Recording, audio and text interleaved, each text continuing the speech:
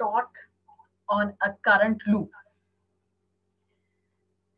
As we know that कि जब magnetic field act करती है किसी करंट कैरिंग कंडक्टर वायर के ऊपर, तो उसके each electrons, that is the free charge carriers present in that conductive wire, उसके ऊपर एक्ट करती है। और वो एक्ट किस तरह से करती है? It deflects that. अब वो जो डिफ्लेक्शन हो रही है, it means a turning effect is being created. So और टर्निंग इफेक्ट क्या है? That is torque. सो हम यहाँ स्टडी करेंगे torque on a current loop, यानी कोई भी आपकी current carrying loop of wire है और then it is place in a magnetic field, it will experience a turning effect, यानी वो रोटेट होगी, it tends to rotate about it particular axis. अब वो जो पर्टिकुलर एक्सिस के अबाउट रोटेट हो रही है, that is due to the magnetic force which is acting on it. तो हमने ये कंसीडर किया, this principle is based on the operation of electric motors as well as galvanometers on which analog current and voltmeters are based। जो आपकी electric Motors होती हैं उसमें turbines, जो आपकी टर्बाइंस को मूव किया जाता है, आइदर वो हाइड्रोलिक फोर्स से हाइड्रोलिक एनर्जी के साथ वो टर्बाइंस को रोटेट किया जाता है, या ये रोटेट इलेक्ट्रिक मोटर्स में किस तरह से क्या है, वो हाइड्रल मोटर्स होती हैं। और ये जो इलेक्ट्रिक मोटर्स हैं इसमें जब आपका करंट कैरिंग कंडक्टिंग लूप जो है वो प्लेस किया जाता है मैग्नेटिक फील्ड में, it produces a turning effect, वो डिफ्लेक्ट करती है। और की डिफ्लेक्शन की वजह से आपकी जो लूप है वो रोटेट करता है, और रोटेट करने से मैग्नेटिक फ्लक्स जो है वो चेंज होता है, तो मोर एंड मोर करंट उसके अंदर इंड्यूस होता रहता है। अच्छा, इसी तरह similarly for the galvanometer case, galvanometer के अंदर भी जो तीन कॉइल्स और वायर्स होती हैं, जब उसके अंदर भी करंट की जो चेंज की वजह से ये आप जो उसको in between external strong magnetic field रखते हैं, उसमें डिफ्लेक्शन प्रोड्यूस होती है, और वो deflection it correspond to the magnitude of the current, के कितना करंट है उतनी ही आपको डिफ्लेक्शन से कॉरस्पॉन्ड होती है। नाउ हमने नेक्स्ट इसमें देखना है, कंसीडर करना है एक रेक्टेंगुलर लूप को, और रेक्टेंगुलर लूप के लिए हम ये कंसीडर कर रहे हैं, let's see the figure number 26।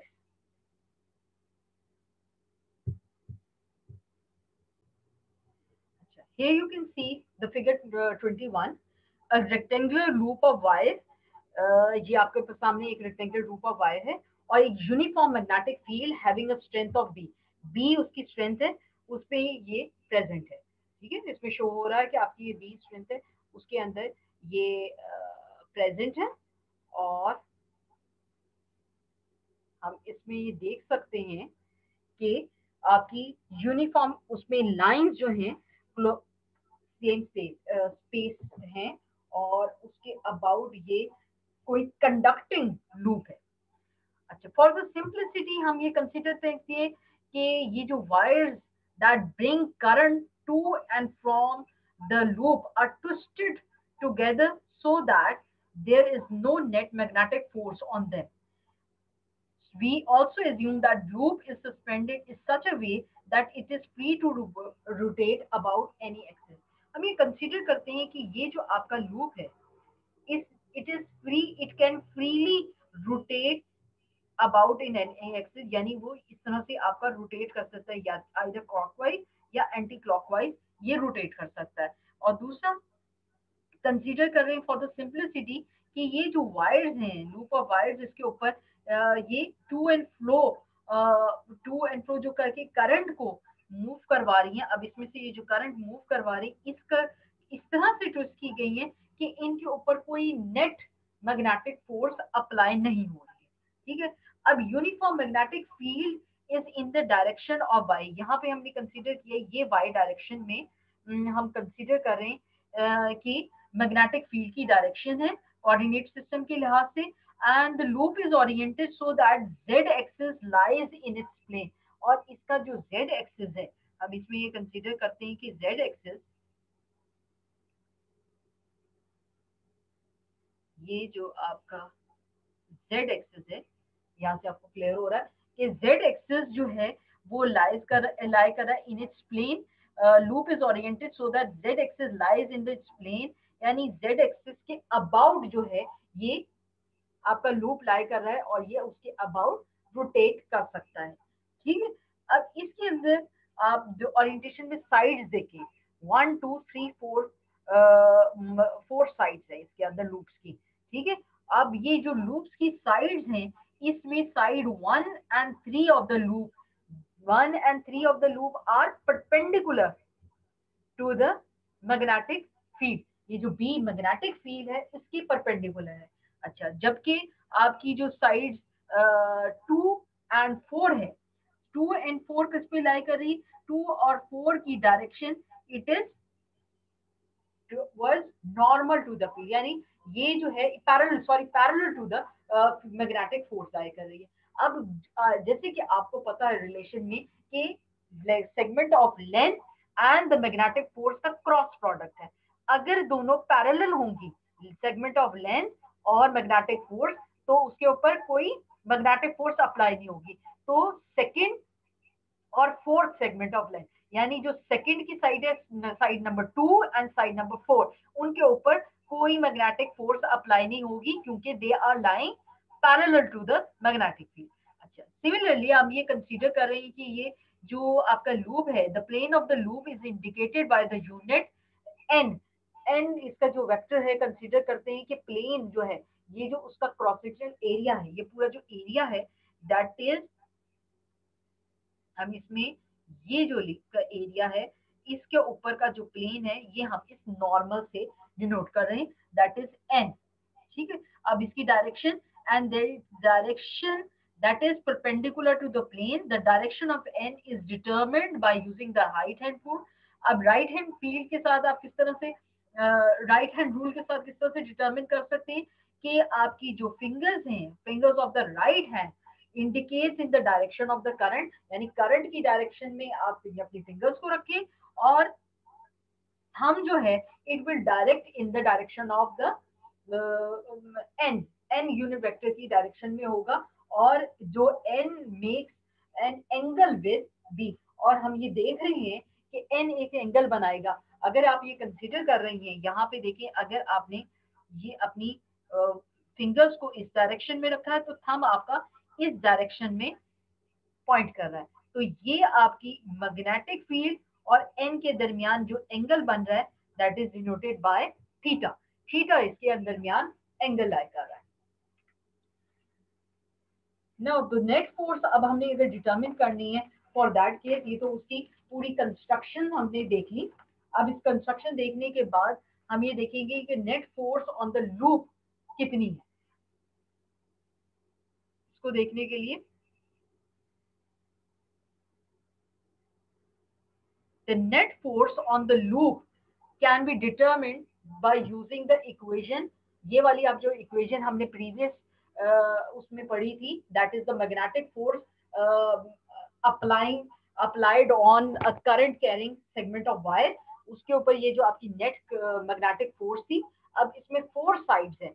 अब ये जो लूप है इट इज नॉट स्ट्रेट, अब इसमें 4 सेगमेंट्स के अंदर ये ड्रॉ हुआ है, और इसमें से 2 सेगमेंट्स हैं जो कि परपेंडिकुलर लाई कर रहे हैं और 2 हैं वो पैरेलल लाई कर रहे हैं। तो हमारी जो मैग्नेटिक फोर्स है वुड बी इक्वल टू, जो हमारे पैरेलल डायरेक्शन में लाई कर रहे हैं उसके ऊपर कोई मैग्नेटिक फोर्स नहीं अप्लाई होगी, और जो हमारी परपेंडिकुलर होंगे इन the direction of the magnetic force, उसके ऊपर मैग्नेटिक फोर्स आपकी अप्लाई होगी।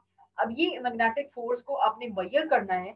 You can see that the magnetic force, the magnitude of the force F2 and on the side 2 of the length B is equal to 90 minus theta।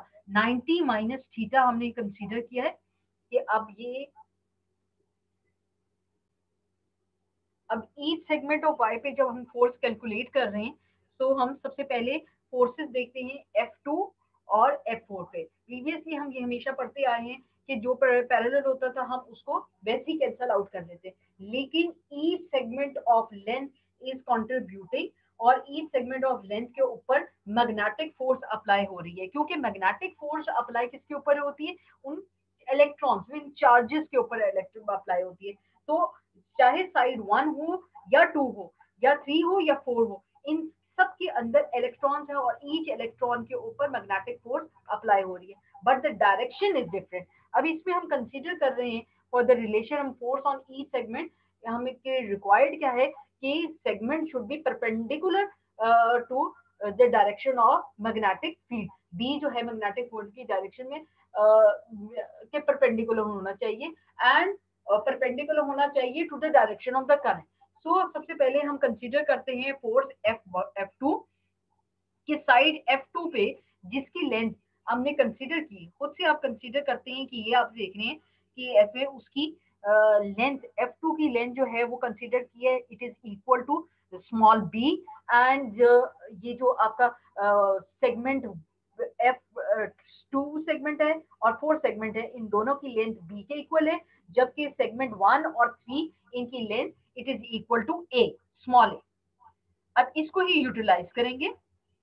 अब यहाँ पे आप relation study करेंगे for the force F2 and F4।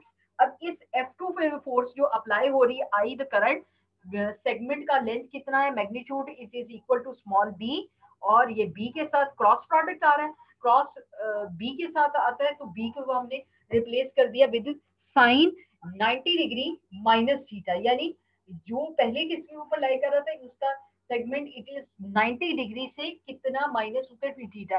अब ये हमें पता है according to the trigonometric rule, जब साइन 90 की फॉर्म होता है तो sine it is converted into cos, cos में कन्वर्ट हो जाते हैं। सिमिलरली अब ये जो फोर्स है, this force points in the positive Z direction, positive Z direction में ये पॉइंट करेगी, जबकि ये जो फोर्स है that is the F force, ये भी हम मेजर करेंगे, वो प्लस थीटा के साथ आएगी। अब ये प्लस थीटा के साथ किस तरह से आ रही है, आप यहाँ पे रिलेशन देखिए, थीटा का F4 फोर्स है और साथ में उसकी आपकी जो मैग्नेटिक फील्ड और direction of that length segment है F4 को देखी, और उनके दरमियान जो एंगल बन रहा है that is equal to 90 degree में से प्लस हमने करना है कोई रिलेशन नहीं। एक सेगमेंट का, किसी भी सेगमेंट का डायरेक्शन किस तरह से आप डिटरमिन कर सकते हैं, उसके ऊपर नॉर्मल ड्रॉ करके, जैसे यहाँ पे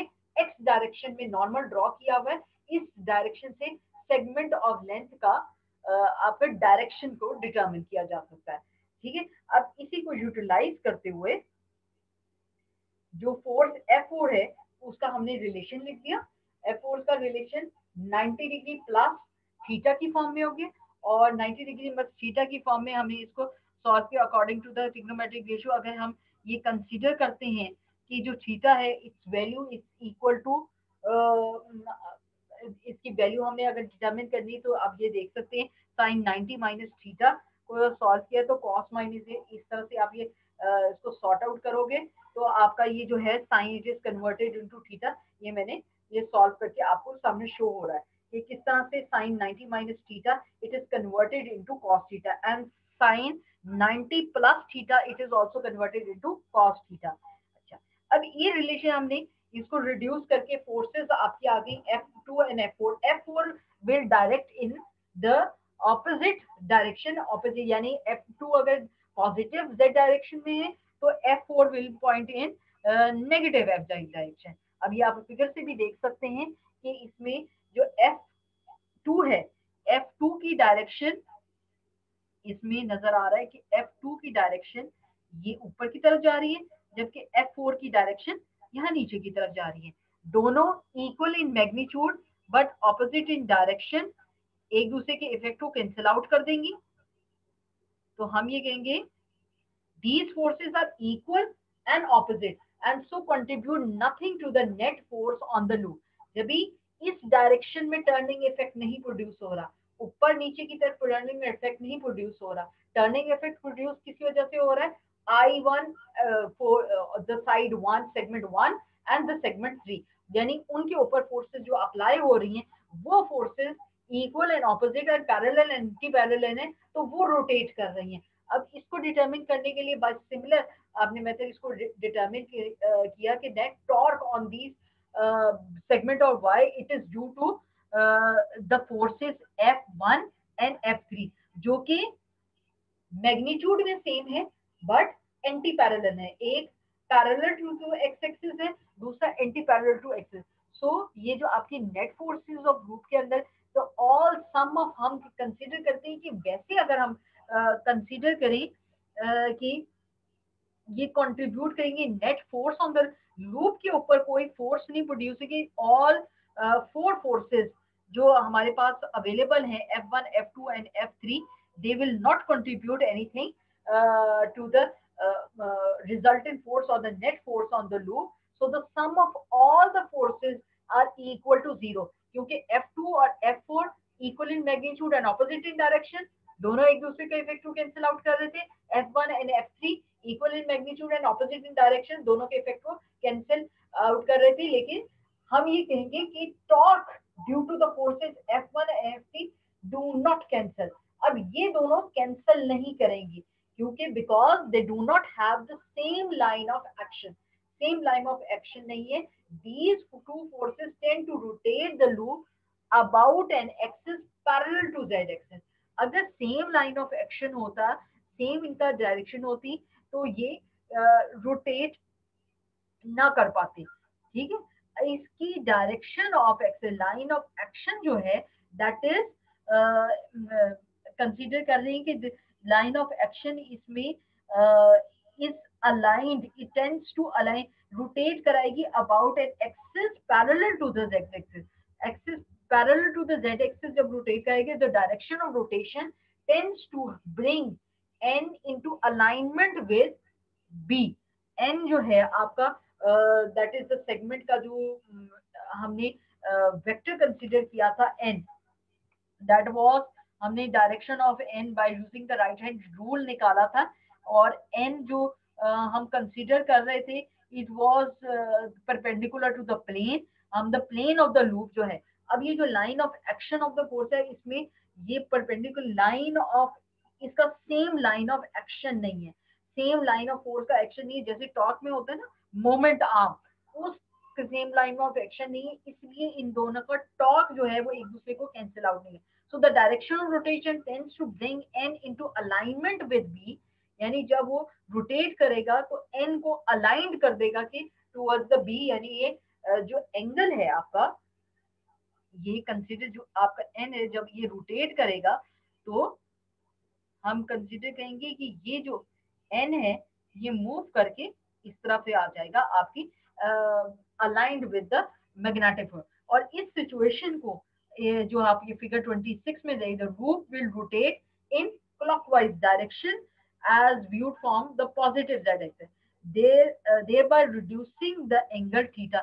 जब वो पॉजिटिव एंटी क्लॉकवाइज डायरेक्शन में अगर मूव करता है, तो हम कंसीडर करेंगे कि उसकी वो रिड्यूस करेगा एंगल थीटा को।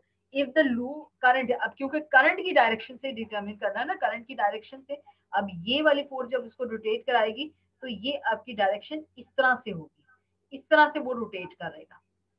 ठीक है, अगर ये इस तरह से रोटेट कर रहा है तो it is rotating in the clockwise direction. So clockwise direction में तो थीटा की वैल्यू रिड्यूस होगी, तो n would have the opposite direction and the loop would again, अगर हम कंसीडर करते हैं कि करंट इन द लूप, इसमें करंट जो है आपका इस डायरेक्शन में, यहाँ से इस तरह से इसमें करंट जो है वो फ्लो कर रहा है। अब अगर इसकी डायरेक्शन रिवर्स कर देते हैं, इस डायरेक्शन में हम कंसीडर करते हैं कि करंट फ्लो कर रहा है, तो आपके ये जो फोर्स F1 है, इसकी डायरेक्शन ये हो जाएगी बैकवर्ड की तरफ, और F3 की डायरेक्शन ये होगी। अब रोटेशन जो होगी that is anticlockwise, anticlockwise direction में वो रोटेट करेगा। अब जो एंगल है, angle will be equal to pi minus, यानी इसमें हम जो एंगल है इट विल, जब अगेन क्या होगा, जो प्लेन ऑफ द लूप है वो अलाइन होगा with the magnetic field and B के साथ अलाइन होगा। सो हम ये कंसिडर कर सकते हैं कि एक कपल की फॉर्म बन गए हैं ये दो फोर्सेस F1 एंड F3, और ये मोमेंट जो है इनकी दो फोर्सेस, इनका moment arm lies about the z axis, और z एक्सिस के अबाउट जो लाई कर रहा है that is equal to b divided by 2 sine theta. अब ये b divided by sine theta की किस तरह से फॉर्म आती है, ये हम ये कंसीडर कर रहे हैं टॉर्क के केस में, कि हमें पता है कि टॉर्क क्या होता है कि force into the moment arm. R represents the moment arm. अब ये जो मोमेंट आर्म है इसको अगर आपने लिखना है, अब ये क्रॉस प्रोडक्ट है एफ और एफ वेक्टर और आर द मोमेंट आर्म के बिटवीन। तो फोर्सेस क्या है, these are the two forces F1 and F2। F1 and F2 को आप ऐड कर देंगे। F1 का मैग्नीट्यूड यहाँ पे आपने डिटरमिन किया, F1 magnitude was equal to IAB, ठीक है। और इसी तरह F3 का भी IAB, तो दोनों को ऐड करेंगे। तो ऐड करने के बाद तो total force will be equal to, ये आप यहाँ पे रिलेशन देख सकते हैं, the total force is equal to 2IAB। अब ये हम टॉर्क के रिलेशन के अंदर पुट कर रहे हैं, ठीक है। ये 2IAB टॉर्क का रिलेशन, और इसमें जो मोमेंट आर्म है, moment arm is B/2 sine theta. B/2 sine theta की फॉर्म किस तरह से आएगी कि B का हाफ और इसके इन बिटवीन जो एंगल बन रहा है, यहाँ पे आप के रिलेशन में देख सकते हैं, ये पूरी लाइन जो है, इसमें ये लाइन जो है that is equal to B, ठीक है। अब यहाँ पे जो फोर्स है, ये लाइन ऑफ एक्शन है, यहाँ पे आपकी एक्सिस ऑफ रोटेशन है, इसके एन ये पॉइंट लाइन, यहाँ से यहाँ तक का एन से लेके इस सेगमेंट पर distance it is equal to B/2। तो ये जो एंगल बना रहा है, एंगल जो क्रिएट कर रहा है ये इसके that is equal to theta, ठीक है। तो ये लाइन ऑफ एक्शन इतना जो पोर्शन है, ये जो आपका पोर्शन है for the F1 and this is portion for the F2, that moment arm will be equal to B/2 sine theta, जो कि हमने यहाँ पे प्लेस किया, ठीक। अब इसको रीअरेंज करने के बाद torque will be measured to be IAB। B is the magnitude of the magnetic field strength or sin theta, where the factor of 2 enters because to both forces contributes equally to the torque। Obviously F1 and F2 F3 both are contributing, तो हम ये consider, इसलिए 2 यहाँ पे लिखा गया है। और हम कंसीडर करते हैं कि if n is already parallel to b, तो थीटा जो है वो आपका इक्वल टू 0 होगा। अगर n जो है वो पैरेलल होगा, यानी जो लूप है, लूप का जो प्लेन ऑफ द लूप है it is parallel to the magnetic field, then no torque will act. यानी इंस्टेड कि आपका ये जो लूप बिल्कुल खड़ा हुआ है, आप इसको हॉरिजॉन्टल डायरेक्शन में रख देते हैं with the magnetic field, then no torque will act on that loop. अब इस रिलेशन को अगर हम थोड़ा सा और जनरलाइज करें कि instead of a single rectangular loop in the field, we consider कि ये जो कॉइल है आपका लूप का, इसमें n नंबर ऑफ टर्न्स हैं, तो आपके पास ये रिलेशन में n जो है वो मल्टीप्लाई हो जाएगा। n इसमें a जो है capital A will be the area, क्योंकि हमारे पास पहले जो रिलेशन आ रहा था उसमें ए बी था, ए उसकी एक लेंथ की थी और बी उसकी ब्रेथ थी लूप की, तो length into breadth will be the area of that rectangular loop. तो हम इसको कैपिटल ए से रिप्लेस कर सकते हैं, जो कि area of that rectangular loop है। और इस रिलेशन से ये होल्ड करता है फॉर ये जनरल रिलेशन है for all type all planes of loop having an area of a, और रेक्टेंगुलर हो या ना हो, ये जर्नलाइज फॉर्म है जिससे हम डिटरमिन कर सकते हैं the torque which is acting on a current carrying loop. हमारा कोई करंट कैरिंग लूप है, फर्स्ट ऑफ ऑल हमने कंसिडर किया करंट कैरिंग रेक्टेंगुलर शेप का सिंगल लूप है, उसमें आपकी टॉर्क एक्ट कर रही है, torque is acting why because the loop current carrying loop is placed in an external magnetic field. तो मैग्नेटिक फोर्स की वजह से वो उसके ऊपर टर्निंग इफेक्ट प्रोड्यूस हो रहा है। So for a loop it has n number of coils or turns in it, तो उसके लिए टोटल रॉड में हम n कैपिटल N को इंक्लूड कर देंगे, और ये जनरलाइज फॉर्म है for all types of loop और ऑल प्लेन्स, आइदर उसकी ज्योमेट्री किसी भी शेप की हो, लेकिन वो लूप की केस में आपके टॉर्क जो है it will remain the same.